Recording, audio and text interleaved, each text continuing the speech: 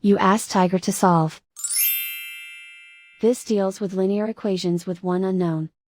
The final result is x equals -19. Let's solve it step by step. Simplify the expression. Simplify the arithmetic.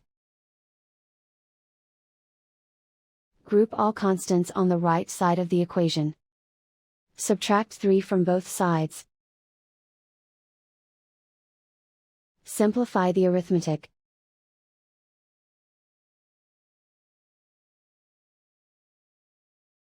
Isolate the x.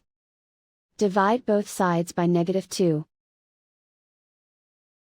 Cancel out the negatives. Simplify the fraction. Move the negative sign from the denominator to the numerator.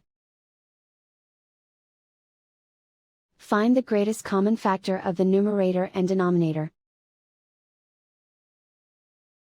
Factor out and cancel the greatest common factor. And so the final result is x equals -19.